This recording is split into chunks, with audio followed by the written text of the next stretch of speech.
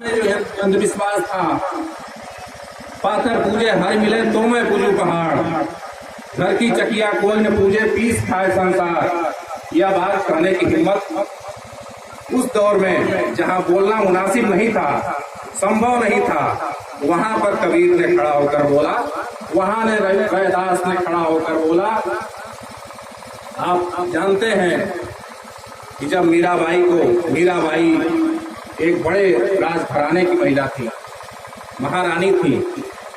मीराबाई को आराधना करने से, लोगों के बीच में जाने से जब उनके घर वालों ने, राज परिवार के लोगों ने रोका, रोड़े अटकाए, तो उन्होंने तुलसीदास जी को एक पत्र लिखा। तुलसीदास ने उस पत्र के जवाब में एक दोहा लिखा था कि जाके प्रिय नराम वैदेही तजी तात बैरी संप्रोही। मीराबाई के पास यह खत पहुंचता है और उन्होंने कहा कि जाके जिसको प्रिय राम और सीता प्रिय ना हो, ऐसे प्रिय लोगों को भी छोड़ देना चाहिए। और मीराबाई राजमहल छोड़ती हैं और बनारस आती हैं, और बनारस आती है तो किसी बड़े घराने में नहीं जाती हैं, बनारस आती हैं तो अपने इस बाबा के पास जाती हैं। ये बाबा उस बनारस की सीढ़ियों पर बैठा हुआ राम का कीर्तन कर रहा था। उस बाबा के चरणों में जाती हैं और बाबा को अपना गुरु बनाती हैं, संत रविदास को, और उन्होंने उनको शिष्यत्व प्रदान किया। ऐसे ही कबीर हमारे संत शिरोमणि, ये दोनों समकालीन हैं। कबीर को रामानंद जी का शिष्य बनने के लिए कितना कठिन तपस्या करना पड़ा। सीढ़ियों पर जाकर बालक कबीर लेटता है, रामानंद जी स्नान करने के लिए दिन सारे सीढ़ियों पर पहुंचते हैं, उनका पैर बालक के ऊपर पड़ता है और कहते हैं राम राम। बालक खड़ा होता है और कहता है बस बस हो गया काम, यही तो मैं चाहता था, मैं आपका चेला बन गया। राम राम का मंत्र लेकर पूरे दुनिया में, पूरे हिंदुस्तान के तस्वीर को बदलने वाले वह रविदास और कबीर जैसे लोग, जिन्होंने एक बड़ी परंपरा चलाई, जो आज सैकड़ों वर्षों बाद भी जीवित है। हमारे हिंदी विभाग गोरखपुर विश्वविद्यालय के विभागाध्यक्ष और आचार्य प्रोफेसर चित्तरंजन मिश्र जी कहा करते हैं कि 10 साल पहले जो मोबाइल तुमने लिया था वो मोबाइल कहाँ है? हमने कहा कि वो तो हमारे घरों में अब नहीं है। कहा कि यही है, जो चीज 10 साल में गायब हो जाती है, मोबाइलें गायब हो गई। 10 साल पहले की खरीदी हुई टेलीविजन, फ्रिज, मोटरसाइकिल, साड़ियां, गहने, सारा कुछ जो कुछ भी हम बाजार से खरीदते हैं वो 10 साल, 5 साल, 20 साल में खराब और खत्म हो जाती है।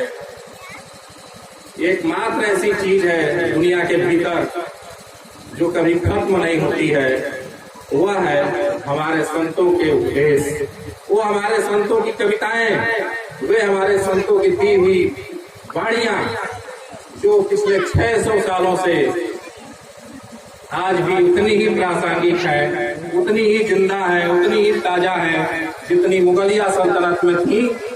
और आज जब हम इस पूंजीवादी दौर में खड़े हैं, तब भी कबीर की कविताएं, रविदास की कविताएं और चंद्रशेखर आजाद की कही गई वो बातें आज भी वो हमारे सामने प्रासंगिक रूप में खड़ी हैं। आज ज्यादा प्रासंगिकता है ऐसी बातों को।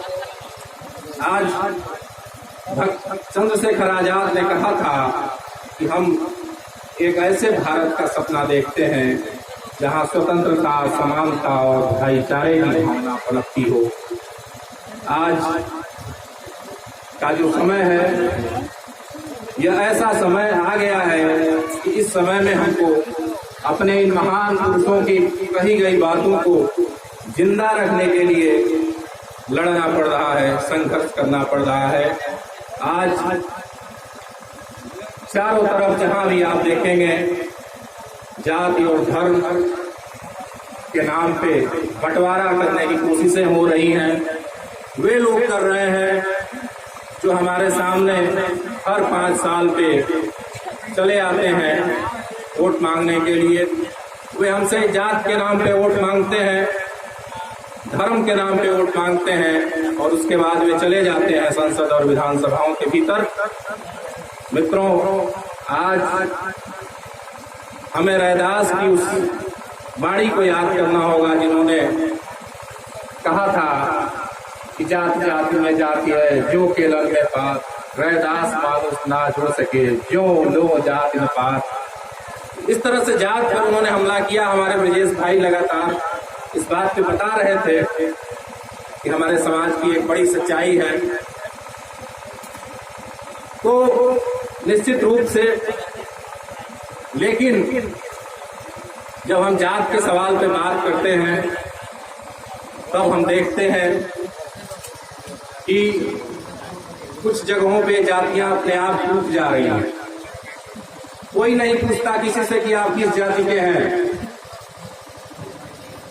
जब हम संघर्ष के रास्ते पर होते हैं, आप जाइए और देखिए सिंघू बॉर्डर और गाजीपुर बॉर्डर, दिल्ली के बॉर्डर पर बैठे हुए किसान जो देश के अलग अलग राज्यों से आए हुए हैं, महिलाएं हैं, बच्चे हैं, बुजुर्ग हैं, कोई किसी से यह नहीं पूछता कि आप किस जाति के हैं, किस पार्टी के हैं, किस संगठन के हैं।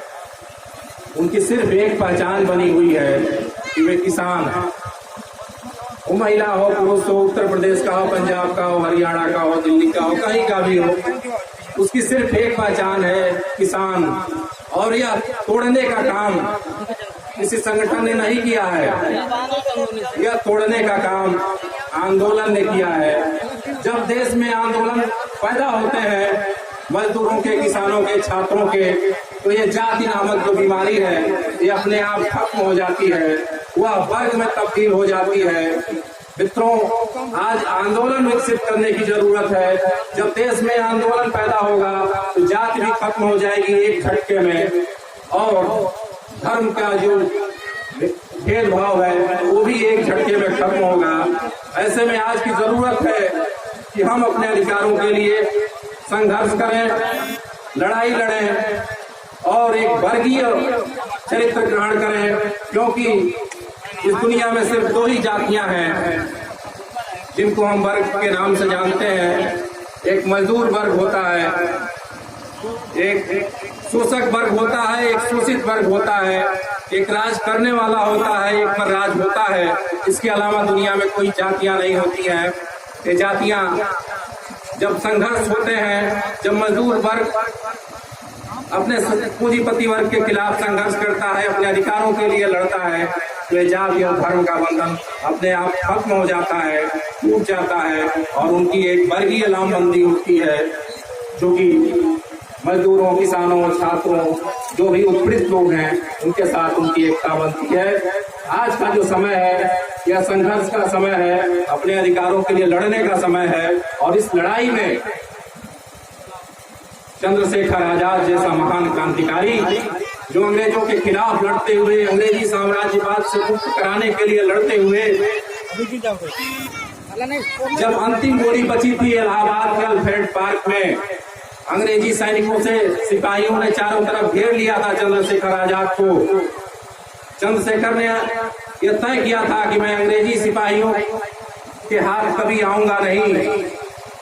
जब चारों तरफ से पार्क में घेर लिया गया, वह क्रांतिकारी नौजवान, ये मात्र एक गोली बची थी, अपने आप को गोली मारते हैं और शहीद हो जाते हैं भारत माता को आजाद कराने के लिए।